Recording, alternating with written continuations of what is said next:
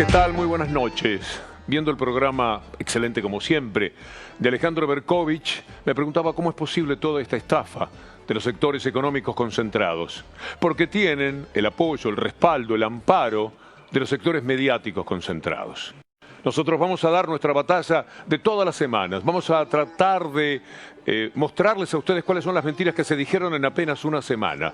Tenemos algunos informes que son cautivantes desde el punto de vista periodístico, pero también demostrativos de qué es lo que está ocurriendo en la Argentina desde hace unos cuantos años. Este fin de semana, para dar un ejemplo que simplemente abre el juego de nuestra batalla cultural, el diario Clarín publicó el fin de semana como título de tapa nuevamente la muerte de Nisman. Por supuesto, aludiendo a que se trató de un asesinato. Por enésima vez pusieron de pie al suicidado para dar a entender que lo habían matado. Esta es la nueva mentira. Después del libro de Pablo Dugan, después de la serie de Netflix, uno pensaba que ya no tendrían fuerza para volver, pero son como una guerrilla. Ellos hablan del periodismo de guerra. Aquí está, investigan a 89 espías que estuvieron activos el día en que murió Nisman, seguramente cómplices, ¿verdad?, de lo que ocurría. Además venía un buque, contó Carrió, con 100 iraníes dispuestos a festejar la muerte de Nisman. 100 iraníes, 89, podemos decir, 100 espías, todos los integrantes del gobierno, y teníamos unas 200 personas que estaban al tanto de que iban a matar ese día a Nisman. Por supuesto, después tuvieron que decir que había un chino que se hizo responsable de la muerte, ¿se acuerdan del chino? Los primeros días. Después que había un pasadizo secreto por donde podría haber pasado el chino. Porque en Le Parc son tan gauchitos que tienen una comunicación, los vecinos, que nadie conoce, para ir de pronto a pedir si alguien se queda sin azúcar. Me da un poquito de azúcar y se vuelve a su departamento. Pasadizos secretos. Inventaron cualquier cosa, pero además dijeron unas 70, 75 mentiras, de las cuales nosotros, ante este retorno de Nisman, otra vez asesinado, queremos recordarles, porque nos parece que vale la pena.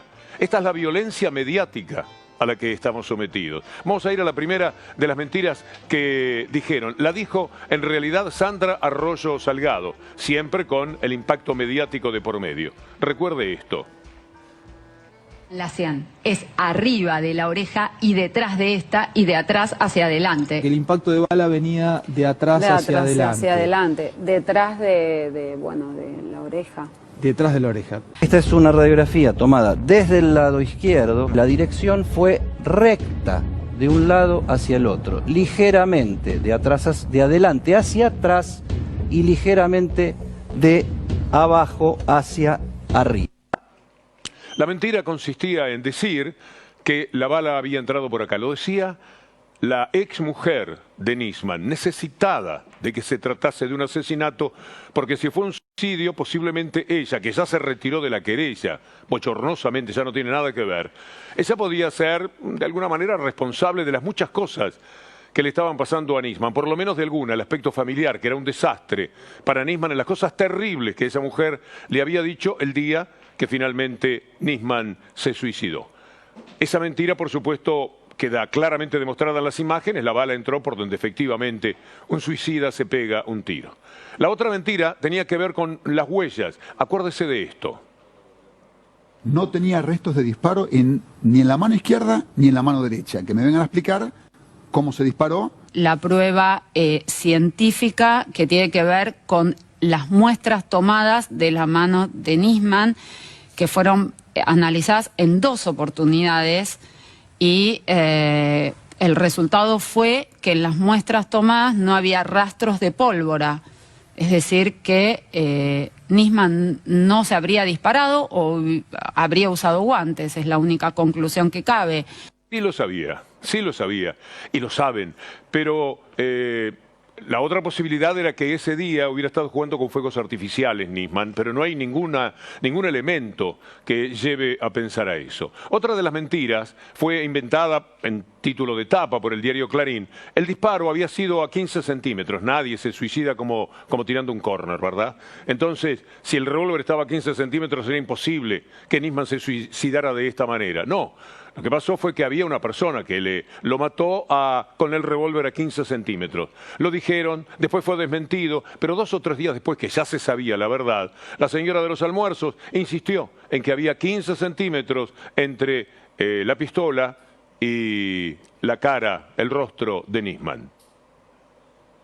Que a 15 centímetros ¿no? fue disparado el balazo, sí. El tiro. 15 a 20 centímetros. 15 a 20 centímetros de la cabeza. Es una mentira tras otra. Una mentira tras otra. De las que más impactaron fue cuando empezaron a decir que la puerta estaba abierta. Porque claro, es un asesinato difícil de explicar. Gendarmería dice que había 2 personas adentro, que consiguieron salir como si fueran artistas de Cirque du Soleil por una rendija de 5 centímetros, que la madre, antes que nadie, apreció que había en esa puerta apenas entreabierta por el golpazo que se da el cuerpo suicidado de Nisman contra la puerta y prácticamente la cierra. Salieron, es un milagro. Segundo milagro fue que abandonaron el departamento y algo que no inventó ni Hollywood, consiguieron poner la llave otra vez por dentro. No se sabe cómo pudieron maniobrar. A lo mejor con una piolita por arriba y algo, no sé. Es muy difícil, por eso no se le ocurrió a la gente de Hollywood. Inventaron que la puerta estaba abierta, o sea que los asesinos salieron por una rendija de 5 centímetros, fueron a la puerta, la dejaron cerrada por dentro, abandonaron el edificio entre decenas de cámaras que no los captaron, salieron del predio del edificio Le Parc también entre muchísimas cámaras que tampoco los vieron. Y salieron de Puerto Madero sin que nadie jamás los viese. Todo esto mientras 89 espías, dice ahora Clarín, conversaban entre ellos, evidentemente muy metidos en el crimen, y llegaban los iraníes que señala Carrió para celebrar que lo habían asesinado a Nisman. Escuché lo de la puerta que estaba abierta. Recién con la declaración del cerrajero, que yo creo que casi toda la gente que está siguiendo el tema ya sabe que declaró que la puerta no estaba cerrada al lado de adentro, como había dicho Bernie, que había una segunda puerta que estaba abierta y ahora además se conoce que había un tercer acceso.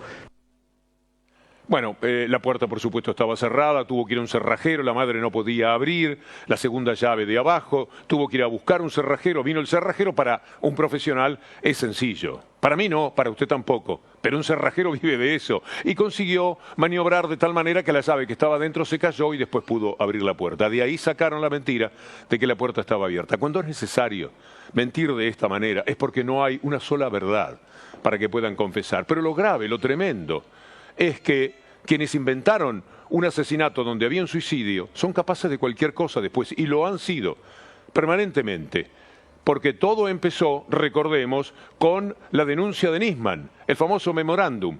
Robert Noble, el hombre de Interpol, ha dicho 1000 veces hasta el cansancio, lo dijo en el primer momento, se lo dijo a Timmerman cuando salió públicamente Héctor Timmerman a decir la verdad, que no se había pedido para nada el levantamiento de las alertas rojas. Dale con eso siempre que las alertas rojas, la DAIA, tan inapropiadamente también se metió en el tema como denunciante. Ahora pasa una cosa rara. La gente de Interpol dice, queremos responder nosotros, no a título personal Robert Noble. Qué raro, ¿no? La embajada que anda dando vueltas muy feo porque el representante del gobierno de Estados Unidos es de Trump. Imagínense, la misma catadura moral del presidente de los Estados Unidos. Interpol está muy referida, por supuesto, centralmente, aunque esté en Lyon, la casa madre, a lo que Estados Unidos digite. ¿Qué quiere hacer la Interpol? Robert Noble, por las dudas, sacó este tuit, muy, pero muy importante, como para desvanecer las expectativas que inmediatamente Clarín, La Nación, pusieron en marcha aquí cuando Interpol dijo queremos responder nosotros. Acérquense a la traducción. Interpol, dice Robert Noble, sabe que la respuesta a esta pregunta es un no claro e inequívoco, por lo que se debe poner esta información a disposición de la Corte Argentina directamente o a través de su exsecretario general Ronald Noble. Lo dice Ronald Noble, es decir, me tienen que llamar a mí. Yo soy el que tiene que hablar, yo soy el que sé cómo fueron las cosas. ¿Qué quiere dibujar Interpol? Bueno, ese es el próximo capítulo. Nosotros nos vamos a poner en marcha, ya viene el profe, ya viene Sofi Caram, ya viene Fernando Borroni, para que juntos en la mesa demos nuestra batalla cultural. Bienvenidos. El problema más grave de la Argentina se llama Cristina Fernández de Kirchner. todos hablan para Cristina. Digo que en este punto hablan para Cristina. Exactamente, sí, para mí es eso, ¿eh? Para mí es exactamente la eso, verdad, no somos grandes 45 millones de personas para estar dependiendo todo el tiempo de una... ¿Cuál es el poder que tiene Cristina sobre esta gente? Que ganó las elecciones, Waldo. ¿Cuál es el poder que tiene Cristina sobre esta gente? Que ganó las elecciones, Waldo. La usina generadora de desconfianza es Cristina. Cristina es un emblema mundial de la mentira y del populismo autoritario. Cristina es un emblema mundial de la mentira y del populismo autoritario. Pañi especula con la posibilidad de un fin anticipado del gobierno de Fernández. Cristina tiene un poco esa fantasía, que Massa se haga cargo de la jefatura de gabinete. Claro, si Massa se hace cargo de la jefatura de gabinete, el presidente de la Cámara de Diputados, ¿quién sería? ¿Máximo Kirchner? ¿Y tendríamos a Máximo Kirchner en la línea sucesoria? ¿Y si viene una catástrofe? ¿Máximo Kirchner sería presidente? Yo creo que hay un sector que está pensando en esa posibilidad. Avanzando un poco más en el rumor febril, digo siempre, y aclaro, ¿no? Y de fin de semana. Sería un atajo fenomenal a lo que se propone Cristina Kirchner, que es máximo 2023. Más al gobierno, Máximo Kirchner al poder. Que piensa que cuanto peor, mejor.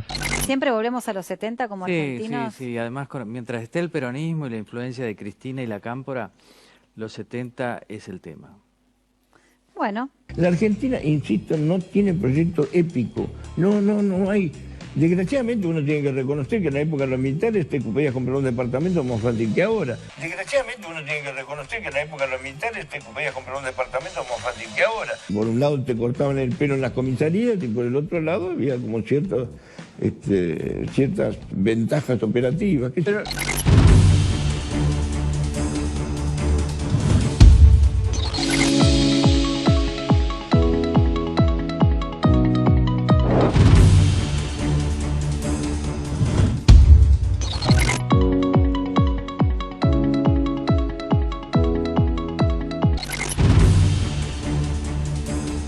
Un agente del Cuerpo de Carabineros lanzó al río Mapocho a un menor de 16 años. Las imágenes de una cámara de seguridad emplazada en el lugar confirman la implicación de al menos un uniformado.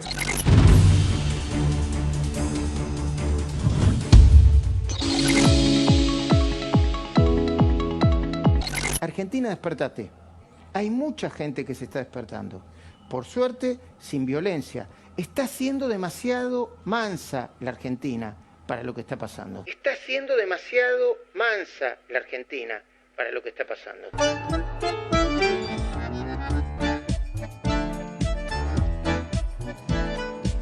La presentación de los integrantes de la mesa. Sofía Caram, muy buenas noches. Buenas noches, Víctor Hugo, ¿qué tal? Buenas noches para todo el mundo. Y si le sumamos a todo esto, a la agenda de la semana, lo que ha pasado con el Poder Judicial y con la justicia en la Argentina, ni te cuento. En un ratito nada más novedades en la causa de espionaje ilegal, declaró hoy Darío Nieto. Y por supuesto nos vamos a estar metiendo con la causa de las fotocopias de los cuadernos porque hay más novedades sobre la falta de los registros allí. El saludo del profe Romero. ¿Cómo va, profe? ¿Cómo lo trata la vida? Muy bien, ¿qué tal, Víctor Hugo? ¿Cómo estás? Pues es que me escuchaba atentamente el informe. Me llamó la atención, lo que más me llamó la atención fue lo de Chiche Helblum, diciendo que en la dictadura era más fácil que ahora comprarse un departamento. Dice, te llevan a la comisaría y te cortaban el pelo, pero bueno, había más facilidades que ahora. La verdad que la dictadura fue mucho peor que eso, ¿no? 30.000 detenidos desaparecidos, exilios, asesinatos. Hubo otra cosa distinta de la que tratan ahora de alivianar. Y después, evidentemente, están muy molestos con que gobierne una coalición, que tiene distintas miradas sobre algunas cosas, pero es una coalición de gobierno que es el Frente de Todos y Todas. Están molestos, están preocupados. Sí, y que esa es también un poco la dificultad y el desafío que se tiene dentro de una coalición en la cual hay matices y a veces posiciones bastante disímiles y sin embargo están haciendo un gran esfuerzo por permanecer juntos. El saludo ahora para Fernando Borroni. Buenas noches, ¿cómo les va? ¿Alguien se puede creer en serio lo del autogolpe de Cristina que le va a dar un golpe a Alberto para que gobierne Máximo? Bueno, quizás alguien sí se lo pueda creer y es la gente. Vieron que todo el mundo habla de la gente piensa, la gente quiere, la gente opina. Bueno, ¿qué será esto de la gente? A lo mejor podemos, qué sé yo, reflexionar entre nosotros, a ver, y llegar a alguna conclusión. Aparte es bastante ridículo, porque la verdad es que Máximo no está en la línea de sucesión, digamos.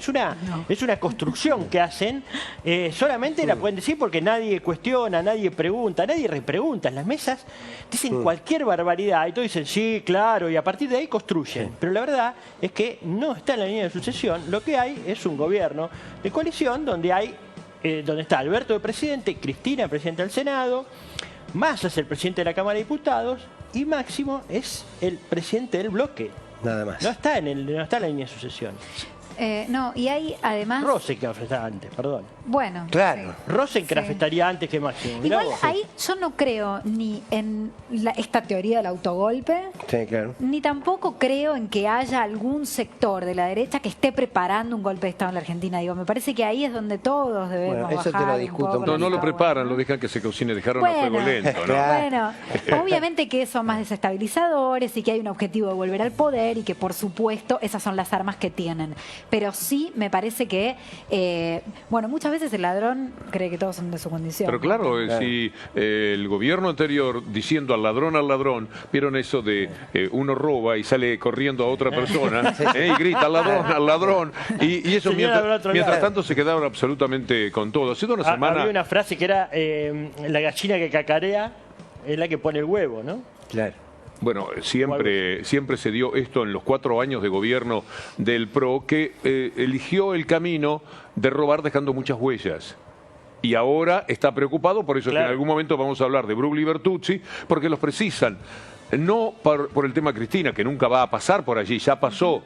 No tiene nada que ver con Brugli y Bertuzzi. Los que sí pueden tener con esa Cámara, donde quieren tener a Brugli y Bertuzzi, son los delincuentes que estuvieron gobernando hasta diciembre, encabezados por Mauricio Macri. Sí, me sumo a lo que planteaba Sofi. A ver, lo que está en juego es un golpe blando, lo que llamamos golpe blando, que es real, que es construir las condiciones para, digamos, los golpes militares al estilo que se dio en Bolivia, por suerte ya en la Argentina uno entiende que no se dan, pero sí, cuando vos tenés los medios de comunicación que generan los que generan, cuando tenés una oposición que te pone en discusión en el Congreso, cuando tenés la Corte Suprema de Justicia, que básicamente son los cadetes de Clarín, y al mismo tiempo tenés, por ejemplo, una foto de la Policía Armada frente a la Quinta de Olivos. Digo, al menos es para prestar atención, ¿no? No, bueno, y después el fogoneo. Fíjate lo que decía recién Majul en el informe.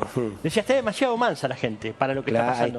Está muy mansa, está muy mansa, está muy mansa. Insistía con eso. ¿Qué es lo contrario de eso? ¿Qué es lo que no sería cuando no está mansa? Pero los que ponen los títulos y los que fijan el camino, los periodistas puede ser que sigan ese rumbo, son los poderosísimos medios. Mire lo que pasó con Chile.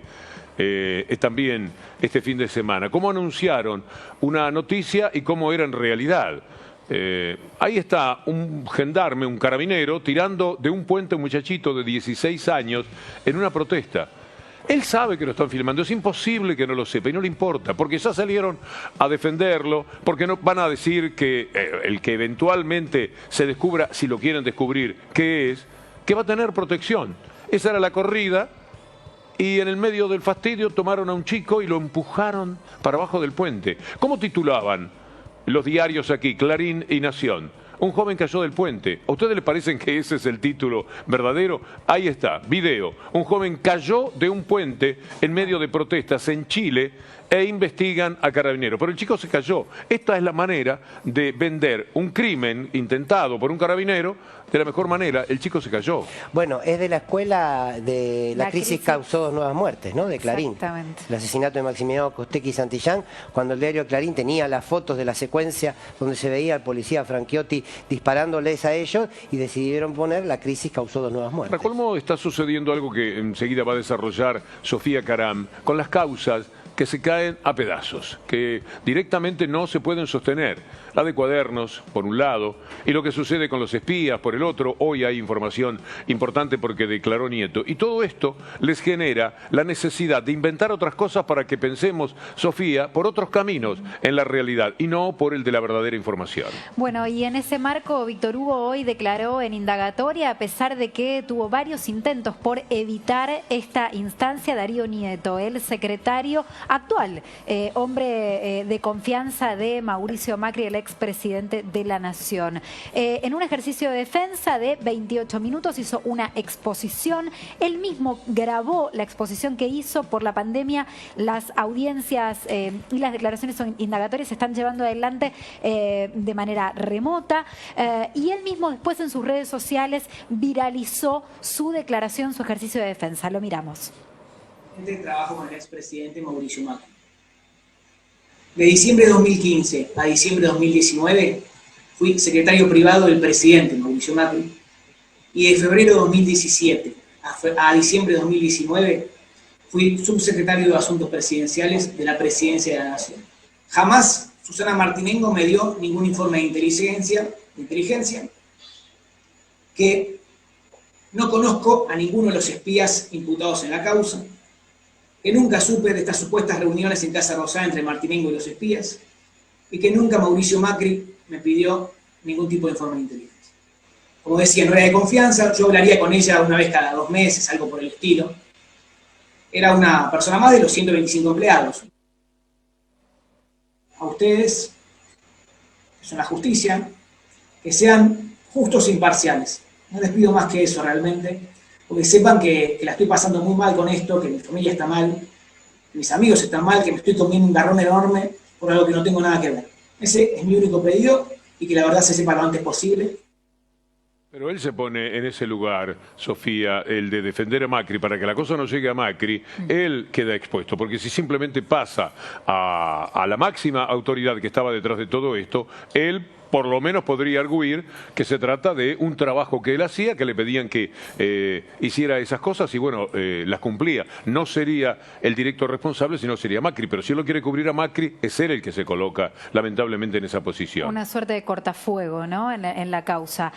A ver, hay un punto débil por lo menos que los investigadores creen que hay en la indagatoria de Nieto, en el ejercicio de defensa del día de hoy, y tiene que ver con que no respondió, aparte al no aceptar responder preguntas, no se lo pudo indagar sobre esto, sobre la investigación ilegal, el espionaje ilegal a la comunidad mapuche y sobre las tareas de espionaje a las movilizaciones que se estaban preparando en contra de la modificación de las jubilaciones, de la movilidad jubilatoria en aquel diciembre, ¿te acordás?, en el Congreso, que generó esas movilizaciones y esa represión por parte del gobierno de Mauricio Macri. Ahora, ¿cuál fue la actitud de los medios de comunicación con este tema? ¿Tratar de investigar?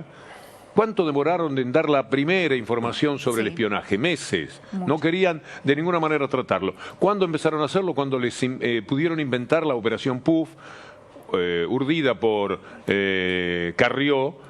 Y con eso nos tuvieron un año, hasta que alguien dijo, un juez, nada menos, que acá no hay absolutamente nada, porque nada había en lo de la operación PUF, era un invento, pero lo sostuvieron con los medios de la comunicación, dijeron 1000 veces operación PUF, PUF, PUF, PUF, y así nos tuvieron durante todo ese tiempo. Esa era la participación de los medios. Para que no habláramos de la verdad, teníamos que hablar de la mentira, de una operación hecha por la gente que está cruelmente todavía presa del régimen anterior de Macri. Ellos habían armado todo, en connivencia con Ramos Padilla, con el señor Echeves, que había sido la primera víctima. Todo esto había sido armado en Ezeiza. Eso fue lo que nos dijeron durante un año Clarín y Nación. Cerrada por inexistencia de delito, pero además que se había basado y que se había nutrido esa denuncia de espionaje ilegal, justamente, y del alambrado que se había hecho dentro del penal de Ezeiza, que es el alambrado que hoy se está investigando justamente en la causa de Lomas de Zamora. Hay un punto clave también, Víctor Hugo, en la indagatoria de Nieto, y tiene que ver con su celular, su segundo celular.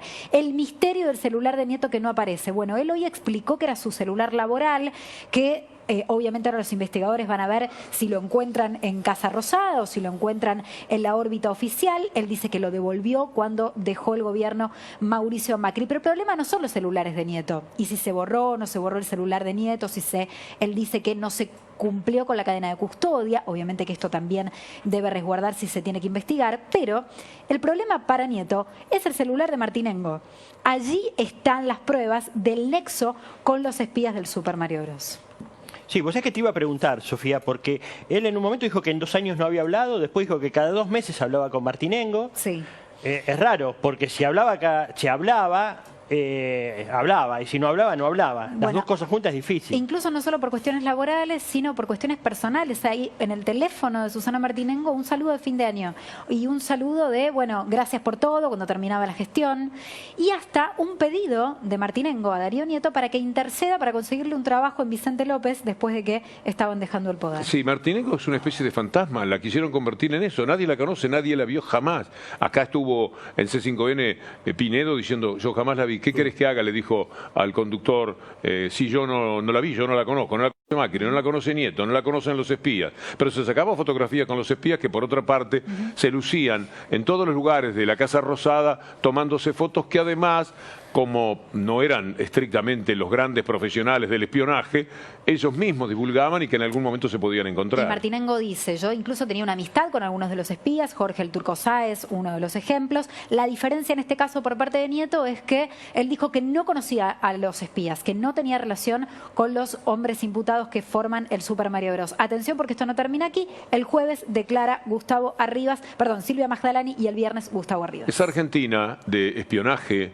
de entreguismo, de falta de soberanía, de dinero repatriado, no, en realidad no lo traían, anunciaban que lo tenían por el hermano, los amigos, etcétera, con el recurso de la reparación histórica a los jubilados, ese país en el que los científicos estaban desesperados desde el primer año. El primer comunicado de los científicos, Korn, Lipaenza, es de mediados del 2016, en pocos meses habían mostrado la hilacha. Ese país en el que las personas que tenían discapacidades no eran atendidas y tuvieron que hacer marchas. En este país hubo marchas de personas con discapacidad, 6 marchas porque no los atendían, porque le querían quitar los beneficios. Ese país era habitable. Ahora, este otro país, el de tratar de reconstruir la tierra arrasada que ellos dejaron, el que tiene que luchar contra un fantasma asesino que se llama coronavirus, con una deuda miserable, tremenda que dejaron ellos, que tiene que enfrentar a los deudores privados. Y ahora, al Fondo Monetario Internacional, este país, de ahora, no es habitable, no es vivible, es una Argentina desechable. Lo han dicho tantas, pero tantas veces, que alguno a lo mejor está convencido que efectivamente este es un país en el que no se puede vivir.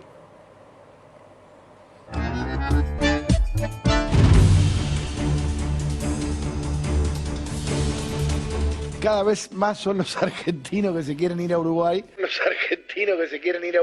Esto es importante decirle a la gente, no hay un éxodo masivo. Facundo Pastor, nuestro colega, en un tuit dijo que eran apenas 500 personas las que cambiaron el domicilio fiscal. No hay un éxodo masivo. Son medios de comunicación que nos quieren hacer creer que los argentinos se quieren ir.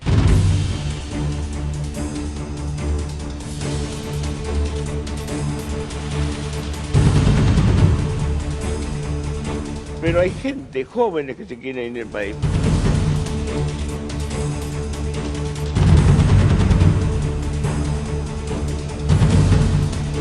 Es un país que se ha convertido para muchos invivible. Esta frase que la única salida es Ezeiza, que este país es inviable. Argentina es inviable. Es inviable.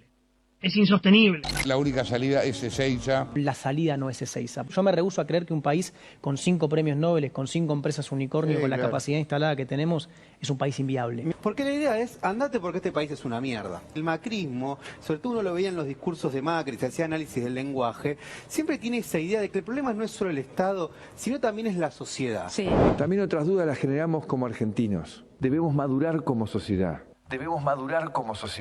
¿Ustedes creen que yo me voy a quedar todos los días en la Argentina si apesta? Somos el país que más veces ha mentido y engañado al resto. De alguna manera gobierna una sociedad que es atrasada, que se equivoca, que tiene hábitos populistas. Nos vamos de aquí a Dinamarca. ¿Cómo es vivir en Dinamarca? Se me pone la piel de gallina cuando viene mi hija y me dice, papá, ¿y Australia cómo es? Y España, digo, pero ¿qué estás pensando? Te juro que cuando salen estos temas en la radio, te llaman argentinos en Suecia, en Francia, en Estados Unidos, y dicen, ojo muchachos, que acá hay unos quilombos. Ahora el paraíso parece ser Uruguay. Estábamos hablando con 2 amigos en un bar en la vereda y le digo, ¿usted cree que en Uruguay cualquiera a esta hora se está tomando un cortadito con 2 facturas? 150 pesos uruguayos el café con medialunas. Esto es $3. Me pasa que es más barato en Buenos Aires, ¿eh? Claro. Argentina es más barata en eso. Ni hablar de lo que cuesta un alquiler. Mirá, es lo más caro el alquiler de la vivienda, aproximadamente entre 400 y 500 dólares una vivienda de un dormitorio. Ah, sí, es caro. Sí. No vamos Uruguay. Quiero decir, si nosotros tres nos vamos a Uruguay, la pasamos mal. Uruguay está para Susana, el Negro Oro, el dueño del Mercado Libre y no sé, otro de estos famosos que se fue. Estoy en Uruguay. Aquel que le diga que realmente estamos a punto de ser Venezuela, le informo que no estamos a punto de ser Venezuela. Hoy somos Venezuela. Ya en algún sentido somos Venezuela. Estas voces son las que se necesitan para la Argentina. Estas voces son las que se necesitan para la Argentina. Mi idea es sacar una visa de Working Holidays para trabajar delivery o alguna otra cosa. ¿Pero acá de qué estás trabajando vos? Acá ahora? soy gasista. ¿Y como gasista no te va bien? Sí, sí, me va bien. ¿Y como gasista no te va bien? Sí, sí, me va bien. No se puede vivir aquí, ¿verdad? No hay manera de encarar una vida en la que se le ofrezca a uno un buen trabajo, posibilidades para estudiar. En otros lados y en todos los sitios, no hay lugar del mundo al que no valga la pena ir para salir de la Argentina. Yo siento, Víctor Hugo, que nos están enloqueciendo. No era que la meritocracia, que si nos esforzábamos mucho íbamos a ser felices, que iba a estar todo bien. Ahora resulta que tampoco alcanza con hacer mérito, que nos tenemos que ir. De verdad es enloquecedor. Es enloquecedor. Vos sabés que estaba mirando los datos a propósito de Uruguay. Entonces consulté Migraciones. Migraciones, desde el 13 de marzo al 20 de septiembre, registró 25.765 egresos de Argentina hacia Uruguay.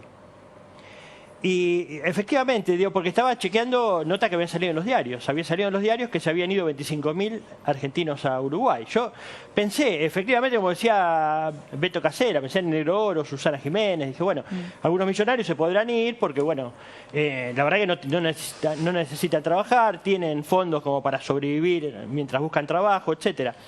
Ahora, se me ocurre después buscar la viceversa de eso, los ingresos de Uruguay hacia Argentina. ¿Con qué me encontré en el mismo periodo, 13 de marzo al 20 de septiembre, con 29.193 ingresos? O sea, efectivamente se habían ido 25.000, pero volvieron 29.000. Hay otra realidad. Era al revés. Hay otra más perturbadora todavía. ¿Saben cuánta gente hizo un cambio de vida, realmente de país, con la cuestión fiscal, etcétera, entre enero y septiembre? Piense usted por un instante, haga un cálculo. ¿Cuánta gente, de toda la que están diciendo que se quiere ir, verdaderamente se tomó el olivo?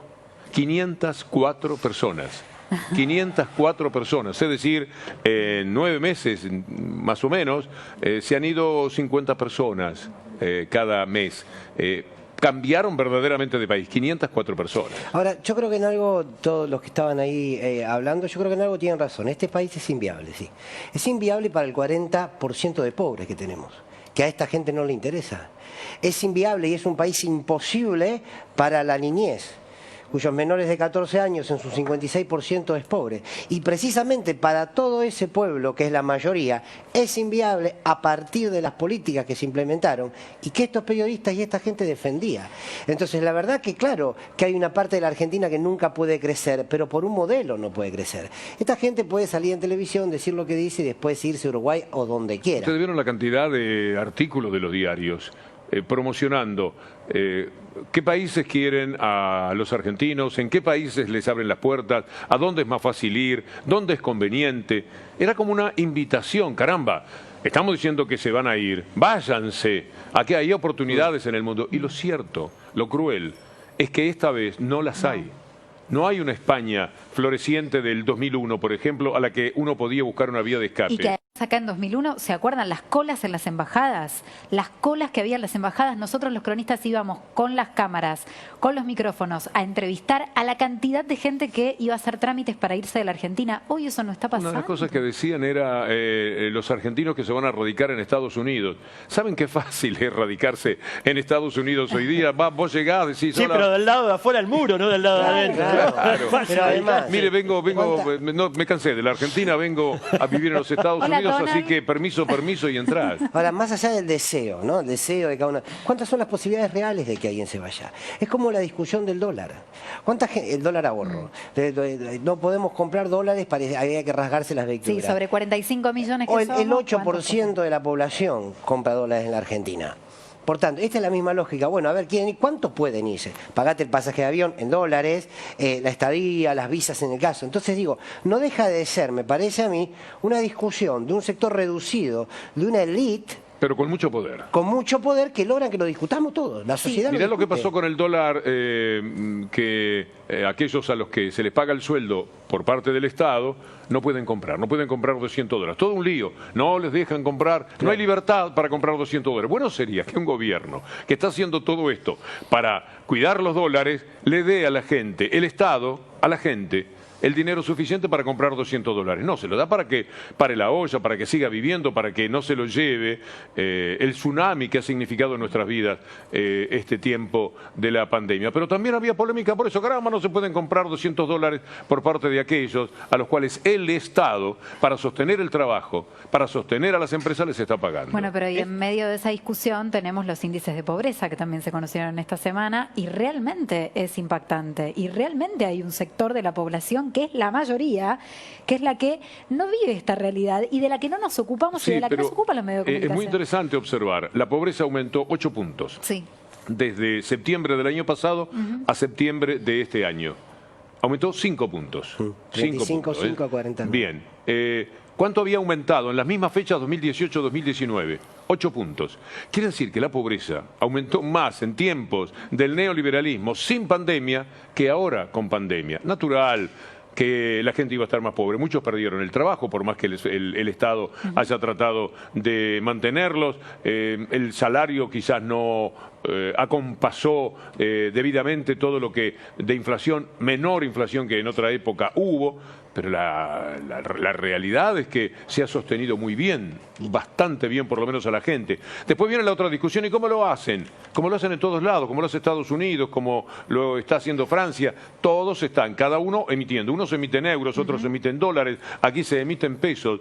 Porque si no, ¿cuál sería el camino? Decir a la gente, se mueren de hambre, no van a comer. Este es un Estado que le está dando diariamente de comer a 11 millones de personas, que está sosteniendo el trabajo de millones de personas también, no puedo decir la cifra con exactitud, pero son millones. Es decir, está haciendo lo imposible para que las pymes no cierren, para que se sostengan. Y ya tenemos los primeros frutos. Es muy interesante. No va a aparecer ningún diario mañana diciendo, se vendieron más autos, se vendieron más motos, se vende más cemento. En la Argentina de hoy, esto está pasando. Estos son los datos de hoy. Se fabricaron 32.146 autos en lo que va del año. Muy buena cifra. Se vendieron 49% más de motos que en el mismo periodo del año pasado. Y se vendió cemento un 10% más que en el mismo mes del año pasado y un 13% respecto a agosto en el mes de septiembre. Ya están los primeros indicios. Y por supuesto que después de tocar fondo, a lo que le temen, y por eso quizás están apurados los desestabilizadores, el año 2021 va a ser favorable. El gobierno va a sacar muy buena nota el 2021, porque la pandemia habrá aflojado, o nos habremos acostumbrado, como nos han sometido ahora que esto suceda. 14.000 contagios, casi 15.000 hoy, 400 personas murieron, y no parece que esté siendo interesante. Entonces nos van a habituar a convivir con todo esto y el país va a recuperar muchísimo de los números. Ya lo está haciendo en plena pandemia. Claro, Víctor, pero la gente quiere otra cosa, la gente pide otra cosa, ¿no? Los medios nos dicen que la gente está reclamando otro gobierno. Miren. Todo el mundo opina de que ella avanzó sobre Alberto Fernández, lo perjudicó a Alberto Fernández. Fíjate cómo caíste recién en la trampa. Dijiste, todo el mundo cree. No, todo el mundo no cree. No podés vos arrogarte que hablás por la gente. ¿Por qué no se solidarizan con la gente de una buena vez? Me pongo en el lugar de la gente, por eso la gente sale. Me parece que no están en la agenda de la gente. La gente cree que en este país no hay justicia. Entonces, eso es lo que le pasa a la gente. Claro. La gente de bien, por las dudas, va a tribunales. ¿Querés que te diga los temas que le preocupan a la gente, que yo hablo con la gente? Vos te tomás el laburo de hablar con la gente. Una manera de hacer política que a la que la gente le está diciendo que no. Por lo que la gente apostó a este cambio es porque quiere mejorar. Porque la gente ya lo estaba haciendo. Porque está pasando y la gente lo sabe. La gente salió a la calle, tal vez, bueno. no sé si la Corte, vamos a preguntárselo después a nuestro invitado, le tuvo un poco de miedo al pueblo. ¿Quién es la gente? ¿Quién será la gente? ¿De quiénes hablarán? A ver, hay una idea que podemos pensar. La gente es el sujeto social que los medios desean construir. Es su ciudadano ideal. ¿No? Es el ciudadano ideal. Es aquel que dice lo que los medios le determinaron que debe decir, que piensa en el mismo sentido y que actúa en el mismo sentido. Me acuerdo de Eduardo Galeano, cuando decía que somos seres pensados, que somos seres hablados por los medios de comunicación. Bueno, esto es la gente. Pero de alguna manera también es un espacio de pertenencia, ¿no? Digo, bueno, cuando vos opinás lo que opina la mayoría a partir de lo que los medios te informaron, entonces vos formás parte de ese sector que es la gente. Es el producto terminado de los medios de comunicación. Y se me ocurre sintetizarlo en el Todos Somos. Vieron que hubo como 3 temporadas. La primera es una serie, Todos Somos Nisman. La segunda fue Todos Somos Vicentín. Ahora vendrá la tercera, Todos Somos Rosenkrantz, qué sé yo, ahora que se hizo la víctima. Ahora, lo concreto es que ese Todos Somos sintetiza a la gente. Vos sabés quién era Nisman como fiscal. ¿Qué investigó? ¿Vos sabés los detalles que vos, Víctor Hugo, detallabas y analizabas al principio? No importa. Pero vos tenés que ser Nisman. Vos tenés que ser Vicentín. Sos un laburante que apenas llega a fin de mes, pero tenés que ser Vicentín. Porque si expropian Vicentín, después van a expropiar tu departamento. Entonces vos sos todo aquello que los medios dicen que debes ser. Eso es la gente. Lo que el maravilloso José Pablo Feynman, el filósofo José Pablo Feynman, alguna vez sintetizó en usted no es usted es un ente construido por los medios de comunicación. Bueno, eso es la gente, ¿no? La gente que además tiene una presencia muy fuerte en las redes sociales. Algo muy perturbador es que, además de la hegemonía de los medios que se quedaron con todo, robándoselo, particularmente el Grupo Clarín, es que eso se traslada también a las redes sociales. Comuna.net ha sacado un informe valiosísimo en el que determina, y de ahí viene lo de la gente de las redes, a eso se referirán, el 75% casi, 3 personas de cada 4 son opositores al gobierno en las redes. Vos entrás a Twitter particularmente, que es la red de más opiniones, y sobre 4, 3 son opiniones negativas al gobierno. Esa es la gente que ellos creen que existe. Y eso está digitado, manejado por el poder económico igual al de los medios concentrados de comunicación, también concentrados en las redes sociales. Yo insisto en recordar, de todas maneras, lo dijimos acá la semana pasada, en lo que fueron los festejos del Bicentenario. ¿Se acuerdan lo que fueron los festejos? Que de golpe, esa gente, esa construcción que había en los medios de comunicación, ¿qué pasó? Cuando apareció en la calle era otra la gente, no era la gente que nos contaban en la tele. Ahí apareció una colega diciendo la gente de bien, la gente bien. Claro, ¿quién es la gente bien? La gente bien es la gente... que fue a tribunales, decía. La gente...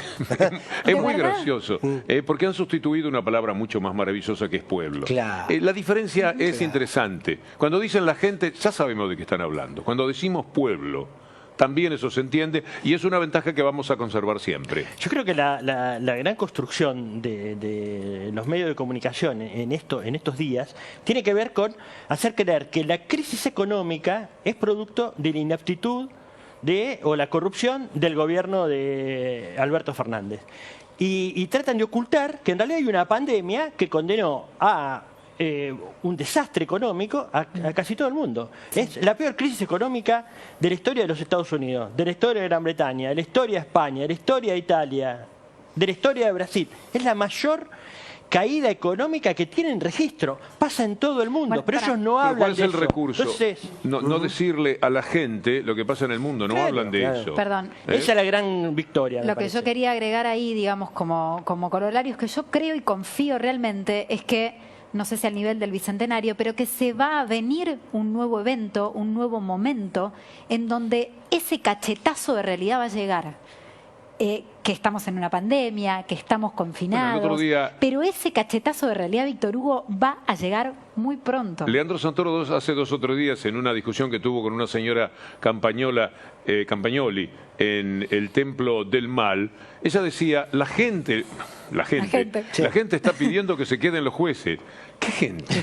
Sacaron 500 personas, ponerle que fueran 5.000. Y Leandro Santoro dijo, y si salimos nosotros, es decir, si sale la gente de él, estuvo muy bien, porque ahí estaríamos hablando de millones de personas que son capaces. ¿Y qué debería hacer la Corte?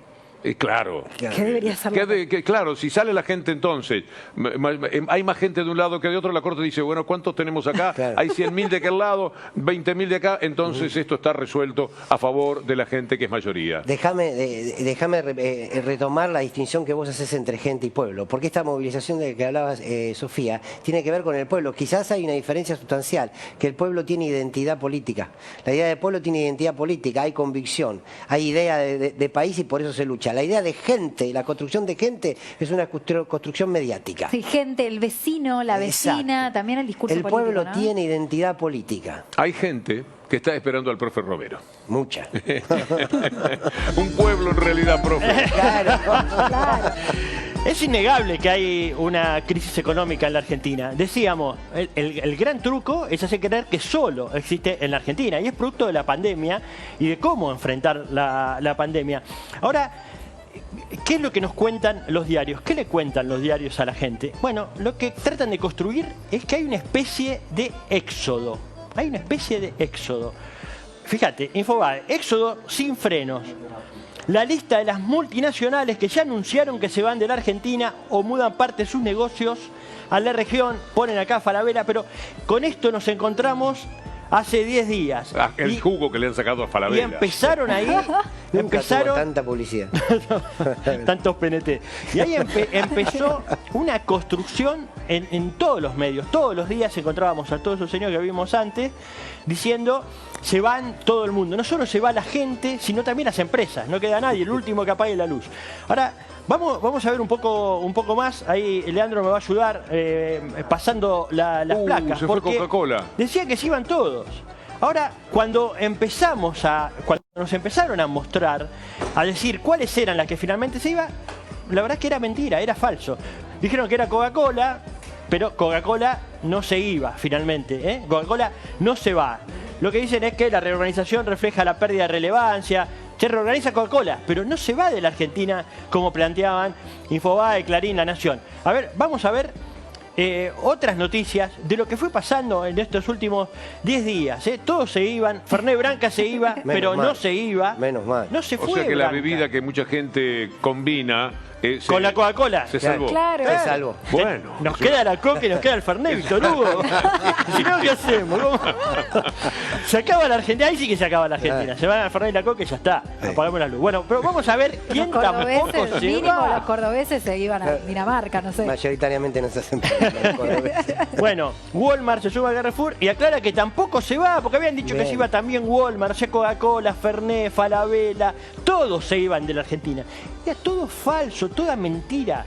En la Argentina, la construcción de las fake news son los grandes medios, no son las redes, no son anónimos, no son pero trolls, decime no que son Starbucks sí se fue. Starbucks y Burger King tampoco se fueron, no se fueron de la Argentina, era falso, también es falso, es mentira, construyen mentiras todos los días. Entre paréntesis, en serio, quiero decir que la principal empresa de hamburguesa, 15.000 toneladas al año, parece que viene. Ahora vamos a ver un poquito más. Bien. A ver si podemos terminar de entender. Digo, leo Intel y dije entender. Pero bueno, Intel anunció, Víctor Hugo, que se instala su sede regional en la Argentina. Es el mayor fabricante de procesadores del mundo. ¿Sí? Esto es lo que no cuentan, que no solo no se van, sino que vienen. Falso, sino que vienen. Ahora, profe, eso Intel, por ejemplo, es menos palpable por ahí para la realidad. Ahora, si yo, el Starbucks o el supermercado que sé en que se va a ir, lo sigo viendo en la esquina de mi casa, ya está. O sea, la fake news se cayó en 3 segundos. Bueno, pero no importa, porque ellos... Todavía no, ellos te van a decir, no, se va a ir. Espera un poquitito que se va a ir. No, ellos lo que pasa es que construyen esa mentira, pero nunca la corrigen. Y vos ves el Carrefour de la esquina, pero la ves vos. Pero hay 40 millones que no lo ven y quieren creer eso porque construyen eso. Así construyen ellos la realidad. Y a través de las redes los ayudan, porque en las redes esto no aparece. En las redes de quienes siguen a Clarín y La Nación. No aparece esto. Y no se enteran nunca, porque no miran ahora C5N, esos millones de personas. Bueno, pero va al supermercado y la gaseosa sigue estando en la Está góndola. bien, pero muchas veces tiene más peso lo que te cuenta la televisión que lo que vos ves con tus propios ojos. A ver, increíble. Leandro, vamos a ver otra de las placas. Entonces, te decía, no solo que no se van, sino que vienen. Y aquí tenés Marfrig. Es la principal fábrica de hamburguesas del mundo. Se queda con la gente, se quedó, digamos, más inversiones en la Argentina, 4,5 millones de dólares. Es la principal fábrica de hamburguesas del mundo. Elige la Argentina. Eso tampoco lo cuentan. Estas dos noticias son de hoy, Víctor Hugo. Las dos en el medio de que, recién veíamos el informe, se iban todos. Argentina es un desastre, Alberto es un inepto, vivimos casi en una dictadura. Y sin embargo, esto es lo que pasa en la realidad. Esta es la verdad, no lo otro. A ver, vamos a ver alguna más. Hay muchas más. Vos hablabas de las motos. Podemos hablar de las bicicletas. Récord absoluto en fabricación de bicicletas. Absoluto. Los despachos de cemento tuvieron su nivel más alto en 30 meses. ¿Sabes lo que quiere decir eso? En 30 meses. Trabajo. Que hace 30 meses no había pandemia. Entonces, ¿por qué se vendía menos cemento? Porque la pandemia era el plan económico de Macri. Y era peor que este.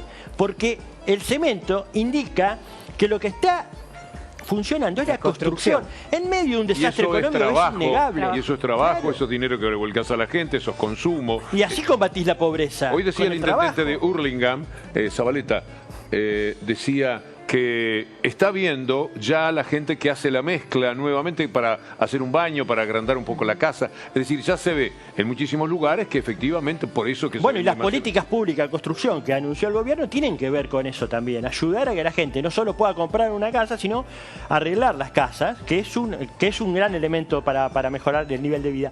Ahora, ¿qué construcción viene? Voy a hacer futurismo, Víctor Hugo. Viene la construcción del pero de nuevo. Porque ¿cómo desvirtúan las políticas del gobierno cuando son virtuosas? Bueno, tienen que decir, bueno, está bien, se vende más cemento, pero ellos van a decir, pero esto, hay más bicicletas, pero no sé qué. Bueno, ya empezó oficialmente hoy la temporada de los peros en los grandes medios. A ver, la temporada. Fíjate, Infobae dice, paradoja, las marcas de autos producen más, pero les traban importación y las acordalan con impuestos. Es una gran noticia. Me parece verte con Toñetti, inolvidable, pero fíjate, un saludo a Daniel, un abrazo. Pero fíjate, en septiembre hubo 24% más de volumen de producción de automotores que el agosto anterior, y una mejora del 16% respecto a lo de septiembre del año pasado. La pandemia fue Macri, no es el coronavirus. Para la Argentina, el gran problema, porque mientras pasaba eso, al mismo tiempo nos endeudaba por cientos de miles de millones de dólares. Las dos cosas al mismo tiempo. No está la plata, pero al mismo tiempo tampoco hay trabajo y fundieron a las empresas. Eso es lo que pasó y lo que se está tratando de reconstruir, aún en el medio de una pandemia que es trágica para todos. Así que, a ver, Leandro, vamos a ver si hay algún pero más, pero atención, acordate lo que te digo, Víctor Hugo.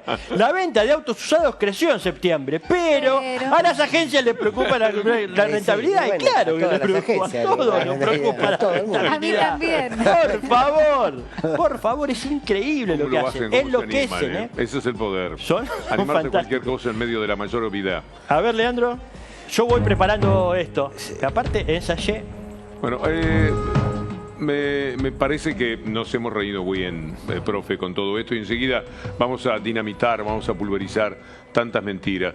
Pero nos gustaría también que tomen nota debidamente de qué es lo que construyen los medios de comunicación. Primero, conciencia del poder brutal que tienen. Esos diarios con esos títulos, a la mañana se ven en todos los canales de televisión. Millones de personas en toda la República Argentina los están viendo. Entonces, mienten que se van, que se va la gente y que se van las empresas. Mentira, no se va nadie. 504 personas en 9 meses se fueron a vivir al Uruguay. Mienten que se van las empresas. No, las empresas se están quedando y encima hay algunas importantes que están llegando. Mienten que todo se viene a pique. Se fabrican más autos, se vendieron más motos, se vende más cemento, para ir diciendo algunos de los elementos positivos. Y como dice el profesor, ahora vendrá el tiempo de decir sí, pero tal cosa. Tenemos que luchar contra todo esto, hay que trabajar de ciudadano, hay que tomar conciencia de qué es lo que nos hacen. Muchos dicen, mentime que me gusta, porque lo necesitan para su propio veneno. Pero aquellas personas que están afuera de esa forma de captar la subjetividad de cada persona, los que se salvan, que son millones, tienen que estar muy alertas. Y permanentemente, cada vez que miran estas cosas, tener a alguien que está denunciando adentro la forma en que nos están mintiendo. Ese es el trabajo de ciudadano al que nos vamos a someter. Usted no puede hacer en su casa lo que hace el profe Romero, así que hagámoslo juntos. Ahora vamos. Y bien. La gente en la calle, sí. Víctor Hugo me para y me dice, por favor, calcula bien, tenés que contar. Pero yo la verdad que yo me concentro, practico en la semana, aparte, tengo algo muy parecido. Miranos a nosotros. Yo los miro a ustedes. 4. Entonces, empiezo. 3. 2. 1. Y ahí tiro. No, bastante bien. No, horrible. Ponele, bastante bien. No, por favor. Bravo, profe. Póngase cómodo. Empezamos a despedirnos con, sí, ya, directamente, ¿no? Leandro Gabriel le pega la orden. ¿A alguno le quedó algo en él que le diga, qué lástima que no lo dije? ¿O estamos bien? ¿Estamos cumplidos? 1000 puntos. Estamos cumplidos. Me pregunto si, ¿qué es la verdad? ¿La verdad es lo que vos vivís o la verdad es lo que te cuentan? Y casi que en un modelo neoliberal, con este poder de los medios, la verdad es lo que te cuentan. Profe, gracias, un placer. No, igual, vos sabés que me quedo con esa frase que fue el título de un documental excelente, si no lo vieron, de Tristan Bauer, y se llama Tierra Arrasada, sobre lo que pasó durante el macrismo. Y bueno, y me parece que está muy bien ver eso. Sofía, gracias. Eso es profesionalismo, para yo decirles hasta el martes próximo, si Dios quiere.